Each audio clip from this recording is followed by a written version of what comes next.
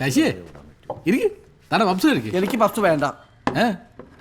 പിന്നെ നമ്മുടെ ഫ്ലെക്സ് ഒക്കെ എന്തായി? ഭംഗിയായിട്ട് പ്രചരണത്തിന്റെ കാര്യത്തിൽ ഇപ്പൊ തന്നെ പാർട്ടി പിന്നിലാണ്.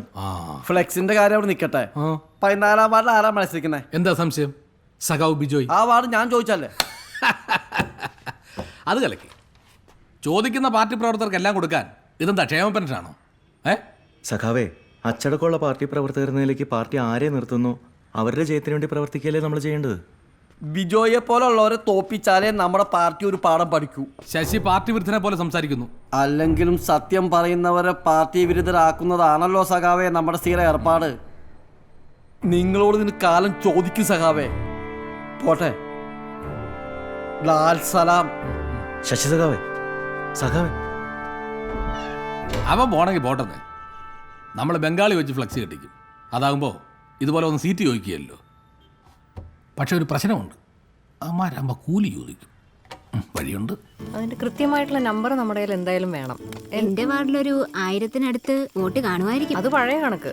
ഇപ്പോൾ അവിടെ 1338 പേരുണ്ട്. നമ്മുടെ ഷിജി LDPയിലെ കഴിഞ്ഞ തവണ അവിടെ നിന്ന് ജയിച്ചത് 350 വോട്ടിനാണ്. സമുദായ സമവാക്യം വെച്ച് നോക്കുമ്പോൾ ശ്രീജയ്ക്ക് കടന്നുകൂടാൻ പാടാ. അയ്യോ, എന്നാ പിന്നെ ഞാൻ നിൽക്കുന്നില്ല. നിൽക്കണം, പക്ഷെ ജയിക്കാൻ ചില കളികൾ കളിക്കണം.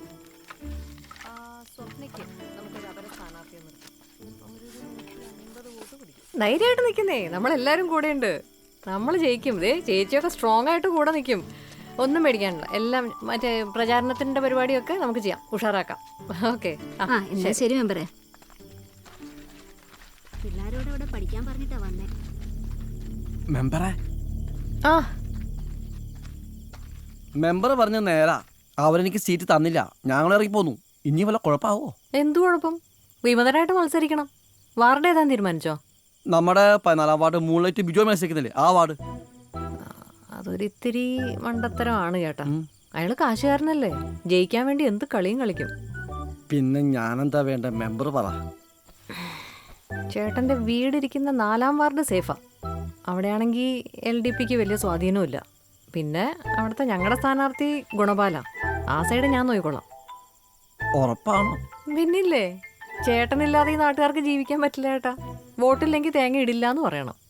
പക്ഷേ ജയിച്ചു കഴിഞ്ഞാൽ എൻ്റെ കാര്യം മറക്കരുത്. പ്രസിഡന്റ് സ്ഥാനം. തെങ്ങ് ചതിക്കില്ല, അതേപോലെ ആ തെങ്ങ് കയറുന്നവനും. മെമ്പർ പറയുന്നതേ ഞാൻ കേൾക്കൂ. പഞ്ച് ഡയലോഗൊക്കെ എനിക്ക് ഇഷ്ടപ്പെട്ടു, പക്ഷെ പ്രവൃത്തിയിലും വേണം. ഉറപ്പ്. ശരി. തെങ്ങിന്റെ മണ്ടേലാരാണ്ടി തെക്കേലെ ചന്തേലാണ്ടോണ്ടി അല്ലാണ്ടി ഞാനാണ്ടി.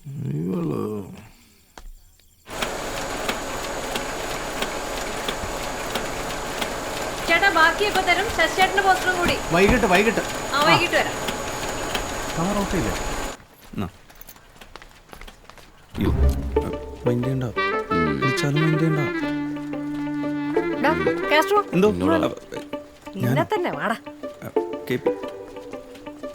ഈ പോസ്റ്റർ ഒട്ടിക്കാനും ഫ്ലെക്സ് അടിക്കാനുള്ള പൈസയൊക്കെ ഉണ്ടോ? വല്ലതും വേണമെങ്കിൽ ചോദിക്കണം. വേണ്ട. കാർലോ മാക്സ് മുത്തപ്പന്റെ അനുഗ്രഹം കൊണ്ട് ഒന്നിനും ഒരു മുട്ടൂല. പാർട്ടി പട്ടിണി പാവങ്ങളുടെ ആണെങ്കിലും നല്ല റിച്ചാ. അതും ഒരു പാർട്ടി നയമാണല്ലോ. അവന് ഇഷ്ടപ്പെട്ട മാമ്പഴ പുളിശ്ശേരി ഉണ്ടാക്കി വെച്ചിട്ടുണ്ട്. പാത്രമായിട്ട് വന്നാ തരാം. എന്താടാ പറഞ്ഞത്?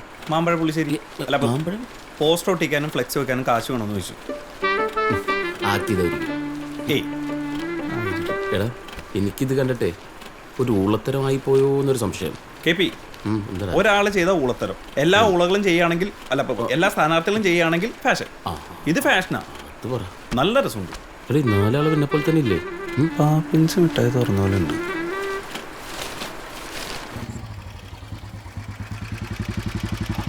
സുരേഷേ, ഒന്ന് കണ്ടില്ലേ നമ്മുടെ ഫ്ലെക്സ് കണ്ടില്ലേ? ജിൽ ജിൽ ജില്ലേ. തട്ടി 4 വെച്ചാക്കും. എടാ, ഒരു ചെറിയ പ്രശ്നമുണ്ട്. സംസ്ഥാന കമ്മിറ്റിയുടെ തീരുമാനം വന്നുണ്ട്. ഈ പാർട്ടി മാറി ഒന്നുവരെ മത്സരിപ്പിക്കേണ്ടെന്നാണ് LC തീരുമാനം. അത് അണികളിലും അനുഭാവികളിലും ഒക്കെ നിരാശ ഉണ്ടാക്കുമെന്ന്. അതിന് ഈ ഒരു സാഹചര്യത്തിൽ നിന്നെ മത്സരിപ്പിക്കേണ്ടെന്നാണ് LC തീരുമാനം. പോസ്റ്റർ ഒട്ടിച്ച് ഫ്ലെക്സിലൂടെ കഴിഞ്ഞപ്പോഴാണോ പാർട്ടിക്ക് ബോധോദയം ഉണ്ടായത്? ഇനി നാട്ടുകാർ മുഖത്ത് ഞാൻ എങ്ങനെ നോക്കും? ഞാൻ മാറത്തില്ല. ഗുരുത്വം എന്ന് പറയുന്നത് കസേര ഒടിഞ്ഞു. ഇതിന്റെ പുറകിൽ എന്തോ ഗൂഢാലോചന ഉണ്ട്.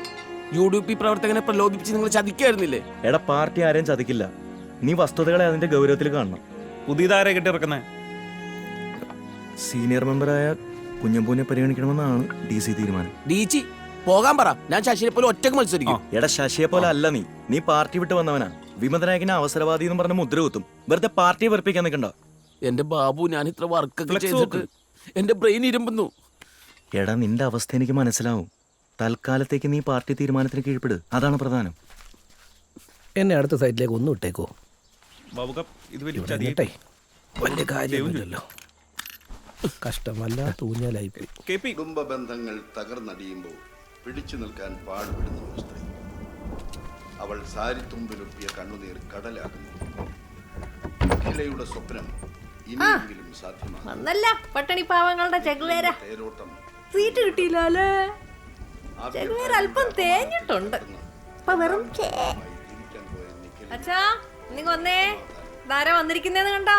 അവന്റെ തനിനിറം പാർട്ടി മാറിപ്പോയ അച്ഛൻ്റെ മോൻ. പ്പെടുത്തി സ്വാതന്ത്ര്യം, സോഷ്യലിസം, ഇന്ത്യയുടെ കൂടെ ജനാധിപത്യം. അയ്യട്ടി മണ്ണമ്മേ തീപ്പെട്ടിക്കോലെ ഒരയ്ക്കുമ്പോ കത്തും, കത്തുമ്പോ ചീറ്റും. ഇപ്പൊ complete ചീറ്റി. ഊ! കണ്ണീർ കടലിൽ എനിക്ക് വയ്യേ. എടാ മോനെ സുരേഷേ, എടാ നിക്ക, അച്ഛനൊന്ന് പറയട്ടെ.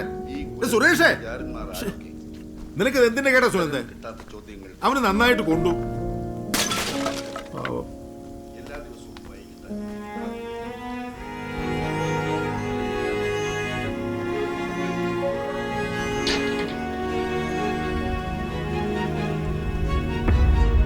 KP KP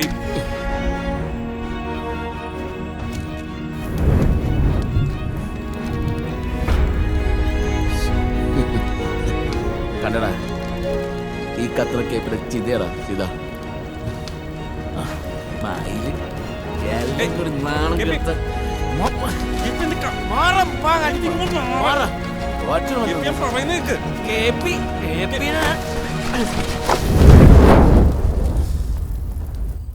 പഞ്ചായത്ത് സെക്രട്ടറിയുടെ വീട്ടുകാർ വീണ്ടും വന്നു.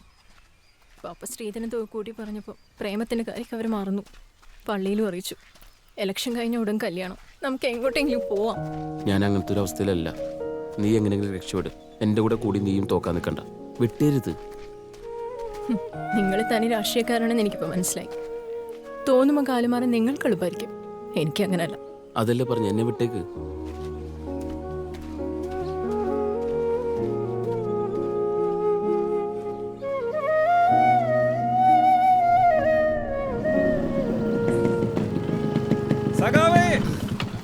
എന്തുവാടേ രാവിലെ തന്നെ മനുഷ്യനെ പേടിപ്പിക്കാൻ?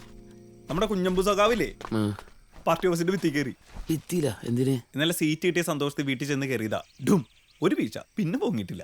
ആ അന്നൊരു പണി നീ ഒരു റീത്ത് അല്ലെങ്കിൽ വേണ്ട റീത്തൊക്കെ എന്തിനാണ്? റീത്തല്ല. ഇനി 5-ാം വാർഡില് ആര് മത്സരിക്കും? സഖാവ് KP മത്സരിക്കും. എനിക്ക് സീറ്റും വേണ്ട, കസേരം വേണ്ട. ഞാൻ ഇന്നലെ ഉസ്മാൻഖാനെ വിളിച്ചിട്ടുണ്ട്. ഞാൻ ഗൾഫിൽ പോകാൻ തീരുമാനിച്ചു. ഇനി ഫേസ്ബുക്കിലൂടെ രാഷ്ട്രീയം മതി. അതാണ് സേഫ് മോനെ. എന്നെ വെറുതെ വിട്ടൊക്കെ ഒന്ന് കിടന്നോട്ടെ. KP ഒന്നും കൂടി ഒന്ന് ആലോചിച്ചിട്ട് ഒന്നുകൂടി കിടക്കണം. ചെല്ലേ.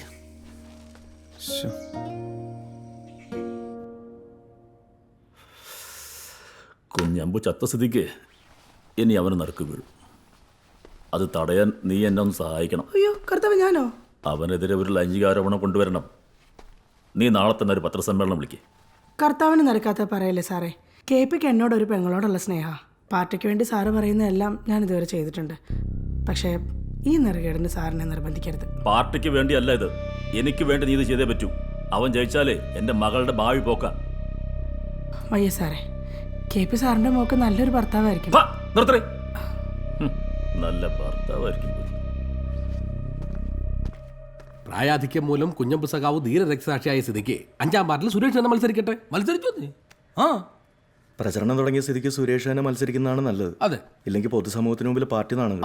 നേതൃത്വത്തിന്റെ തീരുമാനം വിഷയമല്ല, നമുക്ക് അതിനും വഴിയുണ്ട്.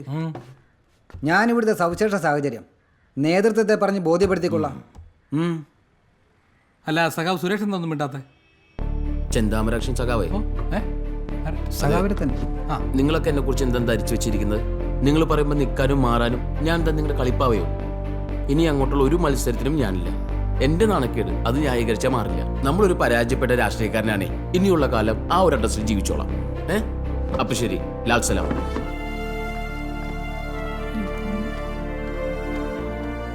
ബാബുരാജേ, നമ്മുടെ ഈ പാർട്ടിയുടെ തഞ്ചവും താളവും അറിയാൻ പാടില്ലാത്തവരെയൊക്കെ പിടിച്ചോണ്ട് വന്നാൽ ഇങ്ങനെ ഇരിക്കും.